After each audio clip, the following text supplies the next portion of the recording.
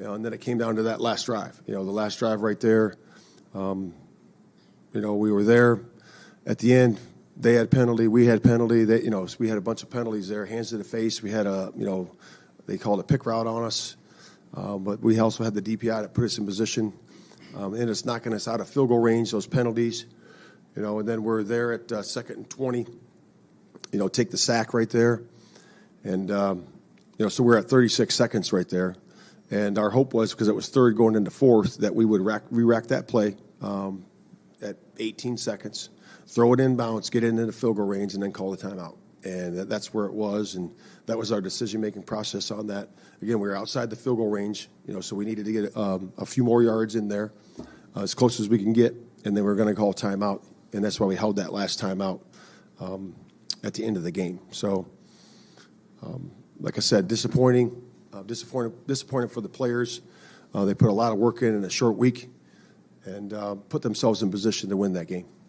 Did y'all just hear what the head coach of the Chicago Bears just said about his explanation how the game ended? So we all know that the Chicago Bears lost to the Detroit Lions on Thanksgiving Day, not because of the Chicago Bears. It was because of their head coach, Matt Eberflus, whatever your name is, Matt Eberflus. And I'm sitting here looking at this game like, you really screwed it for Caleb Williams. And that explanation doesn't tell you anything. It's no excuse on how you lost that game yesterday on Thanksgiving Day to Detroit. Detroit should be 10-2 right now, or at least going into overtime and forcing them to win their 11th win of the year. But I'm very confused from the head coach of Chicago Bears and the incompetence of head coaches that get paid millions of dollars to do the most simplest shit ever. The most simplest stuff. And you know what that is? Being smart. Because this coach from the Chicago Bears is a goddamn moron. I have not seen nothing like it. But let's break this down, though. Let's definitely break this down, because this is going to piss me off as a former football coach and as a former football player. This is going to piss me off. And I'm going to tell you why. Number one, you only need about 6 yards to get in field goal range. Caleb Williams gets sacked. When he gets sacked, it's 33 seconds left on the clock. 33. There's 33 seconds left on the clock. Now, understand that you was trying to save your timeout to get in field goal range. But if you would have made the timeout there after he got sacked, you would have had more tries to get that first down, get down to where you need to be, spike the ball, kick the field goal. That would have been your motive. But the fact that you didn't use the timeout at all, and it got down to 15 seconds, it got down to 7 seconds, it got down to 5 seconds, and you still did not call a timeout. Make it make sense. You get paid millions of dollars to coach a football team and make the right decisions, and you still make the wrong decisions. And making the Bears 4-8. Mind you, let's be for real now. It was 16-0 in that first quarter. The Bears started to come back in that second quarter, and they made a comeback in the third, and they had a chance to win the game in the fourth. They started out really slow. They did. But they picked it up. And Caleb Williams was confident.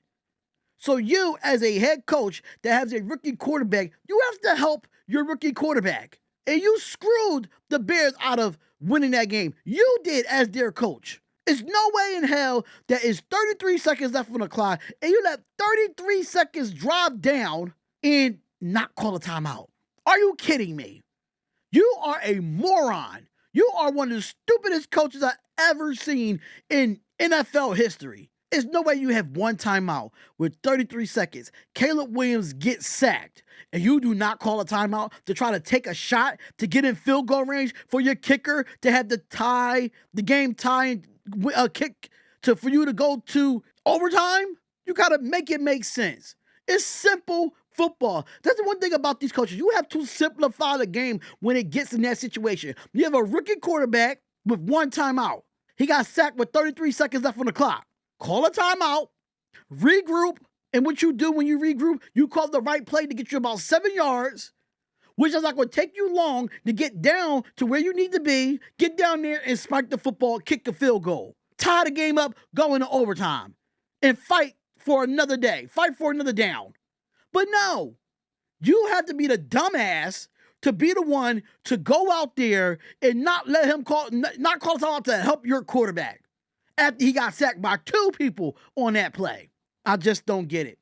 I just don't get the NFL. And who hired these coaches? Whoever these GMs are, fire him today. Please fire him today. Because it pissed me off. I'm sitting on the couch. I'm at my Thanksgiving family dinner. I'm having a Corona or 2. My dad's to the left of me. My uncle's to the right of me. And they wanted the Bears to win because they're Eagles fans. But still, you go out there and make the most incompetent decision and not put your team in position to win at all. When you had a timeout in your back pocket, that still's crazy to me. It still doesn't make sense to me. But I just don't get it. I just don't. And he needs to be fired today. Chicago Bears, if he coaches another game, this is really going to be what type of organization that the Chicago Bears has over there. The Bears do it again, man. They have so many memes right now, and it's just to add to the list. You just add it to the list. But let me know what y'all think, man. Let me know what y'all think about this absurd move that the coach from the Chicago Bears, Matt Eberflus, or whatever your name is. Let me know how y'all feel about his decision on Thanksgiving Day in the loss to the Detroit Lions. Comment, like, and subscribe, man. Hopkins Sports, and I'll see y'all in another video. Peace.